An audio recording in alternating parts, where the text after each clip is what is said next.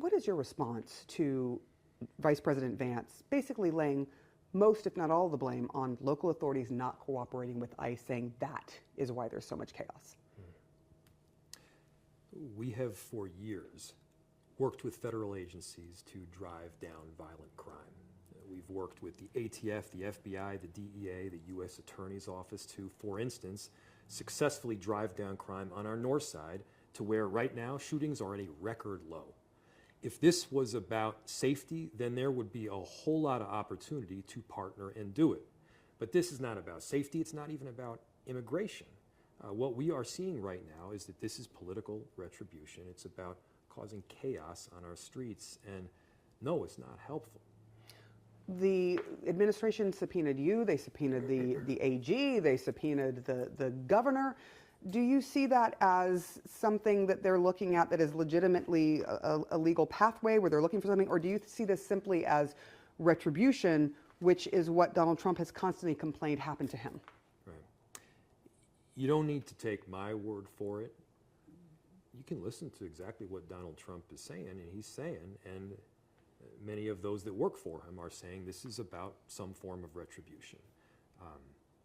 We would be getting targeted, in fact are getting targeted, for doing one of the most basic things that we are required to perform as public servants.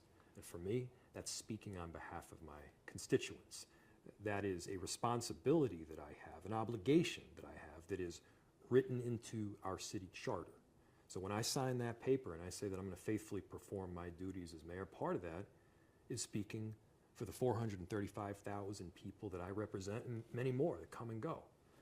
I take that responsibility very seriously, and that somebody would be investigated for it is, of course, should be deeply concerning, not just for me, not just for Minneapolis, but that is concerning for the endurance of our republic.